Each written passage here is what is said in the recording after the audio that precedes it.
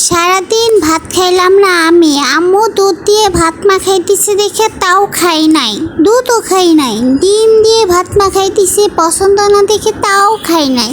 সারাদিন না খেয়েছিলাম। আমার না খাওয়া দেখে আমার আম্মু গিয়ে, আমার বাবা গিয়ে আমার জন্য ক্যাট ফুড কিনে নিয়ে আসছে।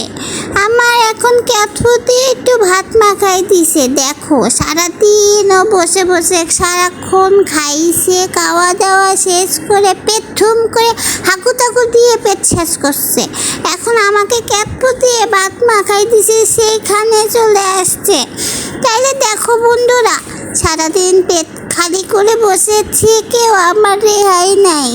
আমার আম্মু আমার জন্য কি নিয়ে আসছে দেখুন। আমি খেয়েও শান্তি পাই না, ঘুমায়ও শান্তি পাই না।